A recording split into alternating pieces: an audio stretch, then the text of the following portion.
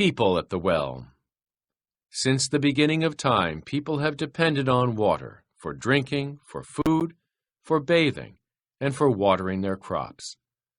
Water has always provided a highway to move people and products from place to place.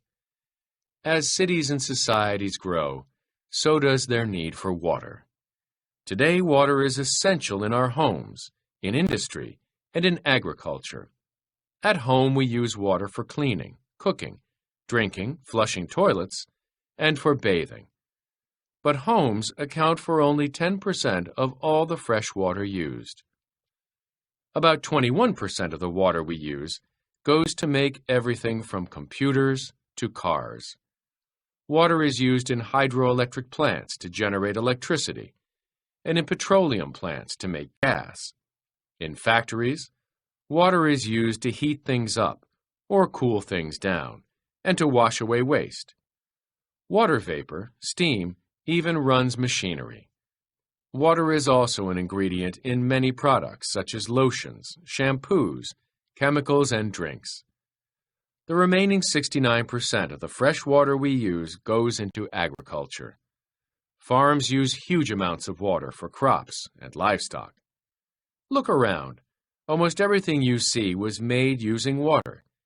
It took about 130 liters, 34 U.S. gallons of water, to make your bike. Water was used to grow and make the food you eat and the clothes you wear. Water was even used to make the paper for this book, and the ink used to print the words. It takes about 185 liters, 49 U.S. gallons of water, to produce just one glass of milk. This includes the water the cow drinks, the water used to grow food for the cow, and the water needed to process the milk. About 147,000 liters, 38,800 U.S. gallons of water was needed to make your family's car. A lot of water is required to produce the food you eat. Approximately 5,200 liters, 1,375 U.S. gallons of water is needed just to make one fast food lunch, burger, fries, and a soda. In North American homes, the bathroom is where about 3/4 of all water is used. One flush of the toilet uses nearly 13 liters, 3.5 U.S. gallons. Nearly 1 billion people around the world depend on fish as their primary source of protein. Thirsty? People drink an average of 2.5 liters, 2/3 U.S. gallons, of water a day.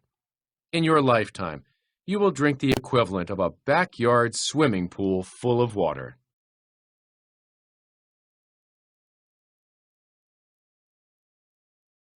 Pollution in the well. The water cycle helps keep Earth's water clean. As water evaporates, minerals, chemicals, and dirt are left behind. The water vapor that rises into the atmosphere is relatively clean. When rain falls back to Earth, some of it is filtered through rocks and sand and is further cleaned. Even plants play a role. As water travels through them, plants remove chemicals in the water.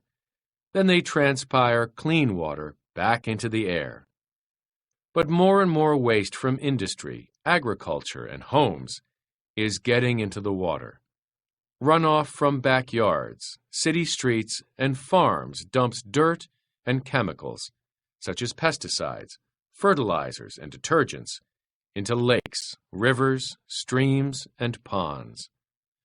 Pollution in the atmosphere from cars and factories mixes with water vapor in the air. The rain that falls pollutes surface water and groundwater. Our actions may be overloading water's natural ability to clean itself. As more water becomes polluted, there is less clean water available. Nearly 80% of all sicknesses in the world are caused by unsafe water, and wildlife suffers too. Water pollution threatens the health of many species and habitats across the planet. Because of water's self-cleaning powers, the effects of pollution can be stopped and quite possibly reversed.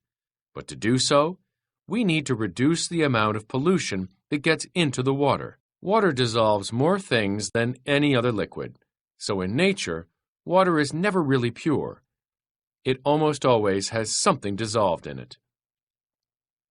Every day, 1.8 million tons, metric tons, 2 million tons, of garbage are dumped into Earth's water, enough to fill more than 15,000 boxcars. Stop and check. Ask and answer questions.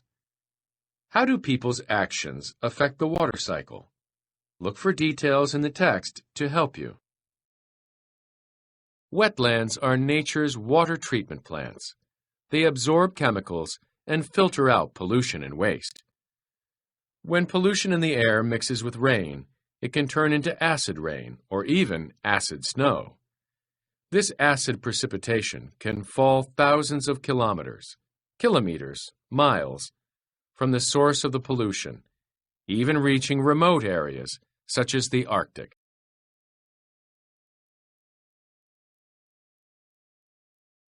Saving the water in the well. Water has the power to change everything. A single splash can sprout a seed, quench a thirst, provide a habitat, generate energy, and sustain life. It also has the power to unite or divide the world. Water is the most basic and important need of all life on Earth. But Earth's one well is in trouble. There is simply not enough clean water to go around. Taking actions to conserve water can help save the well. Conserving water means protecting both the quantity and quality of water on Earth. For example, using less water helps prevent water sources from drying up, and reducing water pollution protects the overall health of the well. Water conservation can help ensure there is enough clean water for everyone on the planet. By becoming more aware of how you use water, and by using less, you too can protect the water in Earth's one well. Remember, every drop counts.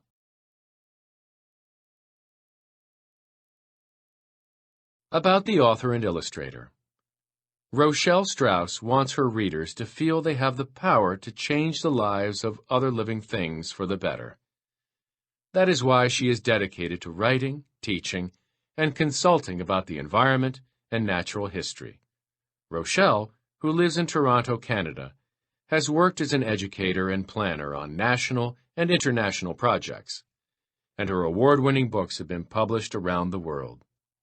She wrote One Well to help readers understand the importance of water. Her love of nature and her passion for teaching shine through in her writing. Rosemary Woods lives in London, England, where she has created many of her illustrations. She grew up in Northern Ireland, where she lived by the sea and was surrounded by beautiful, watery landscapes. At night, she could see the glow of 4 different lighthouses. Her memories of the sea have influenced many of her illustrations. Author's purpose. In One Well, Rochelle Strauss wants readers to understand the importance of water. How do the captions and illustrations support the author's purpose? Respond to the text. Summarize. Use the most important details from One Well to summarize what you learned about water. Details from your author's point of view chart may help you. Write. How does the author's use of text features support her message that water is valuable? Use these sentence frames to help organize your text evidence. The author uses diagrams to. The headings help me understand that. This supports her message because